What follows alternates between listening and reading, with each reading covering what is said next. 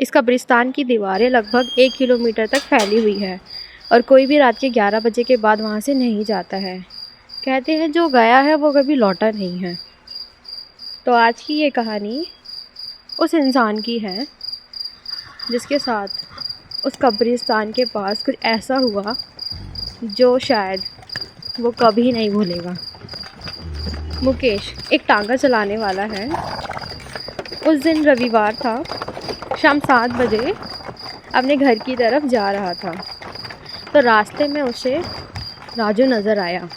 राजू उसके गांव का नहीं था, लेकिन उसके गांव में राजू के कुछ खेत थे। राजू ने उसके पास आके कहा उसकी घास खेत में कटी रखी है और उसकी घास को उसके घर तक छोड़ना है। उसका गांव हमारे गांव से लगभग 5 या 6 किलोमीटर की ही दूरी पर था। मैंने हाँ बोल दिया और यह सोचा कि रात के 11 बजने से पहले मैं वहाँ से आ जाऊँगा। वो कब्रिस्तान हमारे गांव के रास्ते में ही पड़ता था, इसी वजह से वहाँ जाने में थोड़ा घबराहट तो होती थी। मैं शायद जल्दी आ भी जाता, पर घास को बुग्गी पे चढ़ाने में ही काफ़ी समय लग गया। मुझे राजू के गांव पहुँचने में 10 बज गए और घास टांगे से नीचे रखने में भी काफ़ी समय लग गया था। शायद इसी वजह से वो राजू मुझे बार बार अपने घर रुकने के लिए बोल रहा था, क्योंकि उसके गांव से हमारे गांव को बस एक ही रास्ता था।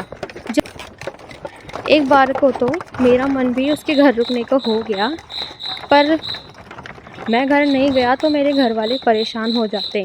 ना मेरे पास कोई फ़ोन था और ना ही मेरे घर वालों के पास।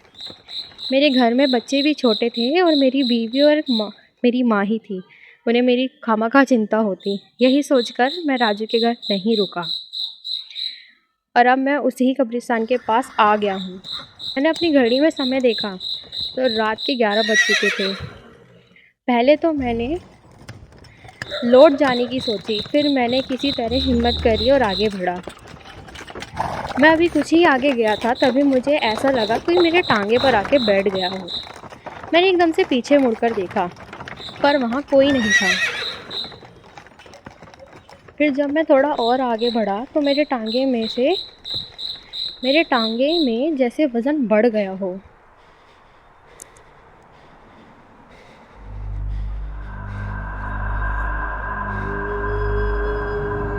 मैं जैसे जैसे आगे बढ़ रहा था टांगे में भी वज़न बढ़ते जा रहा था। अब पीछे इतना वज़न हो गया कि मेरा टांगा आगे से थोड़ा थोड़ा उठने लगा था। मेरा घोड़ा भी अजीब लड़खड़ा कर चल रहा था। मैं अब समझ गया कि वो इसमें आ गई हैं और अब शायद मैं ना बच पाऊँ। फिर मुझे अपनी की बात याद आ गई। उन्होंने मुझे बताया था कि ये सारी ऊर्जाएँ, भूत और आत्मा आग से डरते हैं। तभी मैंने अपने जेब में रखी बीड़ी निकाली और मैंने बीड़ी पीने लगा। जैसे ही मेरी एक बीड़ी ख़त्म हुई मैंने दूसरी जला लेता। ऐसे करते करते मैं पूरी बीड़ी ख़त्म कर दी।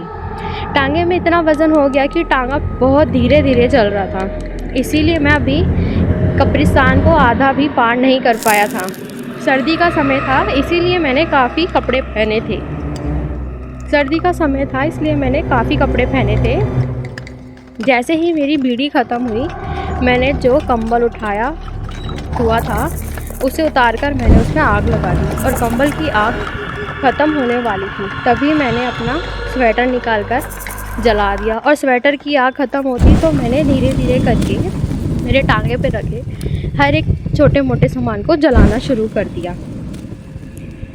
अंत में कुछ और ना नज़र आया तो मैंने अपने पजामा को उतार कर भी आग में डाल दिया।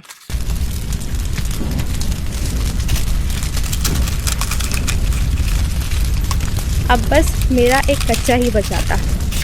उससे पहले मेरे पजामे की आग ख़त्म होती, अब कब्रिस्तान की दीवार ख़त्म होने वाली थी। जैसे ही मैंने कब्रिस्तान पार करा तो देखा एक बड़ी ही